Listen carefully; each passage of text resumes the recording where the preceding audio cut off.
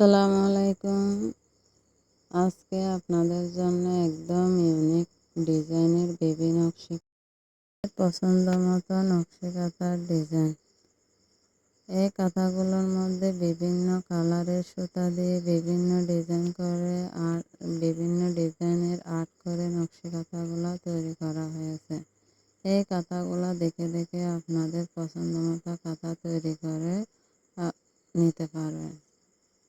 এই কাঁথাগুলোর মধ্যে আপনাদের সুতি কাপড় লাগবে 2 গজ আর সুতা লাগবে আপনাদের পছন্দের কালারের সুতা নিয়ে তৈরি করে নিতে পারবেন। এই চ্যানেলে আমি প্রতিদিন নতুন নতুন বেবি নকশি কাঁথার ডিজাইন দিয়ে থাকি। আপনাদের পছন্দ হলে সাবস্ক্রাইব করে পাশে থাকবেন।